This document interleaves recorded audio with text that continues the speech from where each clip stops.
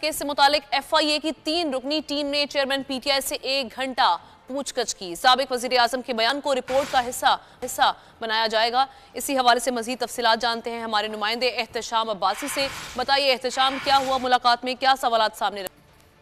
जी, cipher case में जो है तहकीकात का सिलसिला जो है उसको बढ़ा दिया गया है और चेयरमैन PTI से अटक जेल में FIA की टीम ने 1 घंटा से जायद पूछताछ की है। FIA की 6 रुकनी टीम की सरबराही डिप्टी डायरेक्टर अयाज कर रहे थे।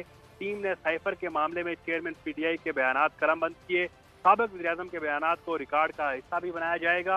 यहाँ पर मैं आपको वाज़ेह करते चलूँ कि इस केस में शाह महमूद कुरैशी जिनको अरेस्ट कर लिया गया था, वो पहले 3 दिन का उनका रिमांड मिला था, फिर दोबारा से उनका गुज़श्ता रोज जो है 3 दिन का रिमांड दिया गया। और इस केस के हवाले से अगर देखा जाए तो FIA बड़ी तेजी से तहकीकात कर रहा है, जिसमें चेयरमैन PTI में जो है मुतअद्दिद जो है लोग हैं जो इसमें नामजद है और उनके खिलाफ जो है FIA तहकीकात कर रहा है। और FIA की जो आज की जो ये बड़ी खबर है कि FIA ने अटक जेल में चेयरमैन PTI से तहकीकात की हैं और उस हवाले से 1 घंटा जो है पूछताछ हुई है और पूछताछ के बाद FIA की टीम जो है वहाँ से रवाना हो गई है। जी ठीक है, शुक्रिया आपका एहतशाम।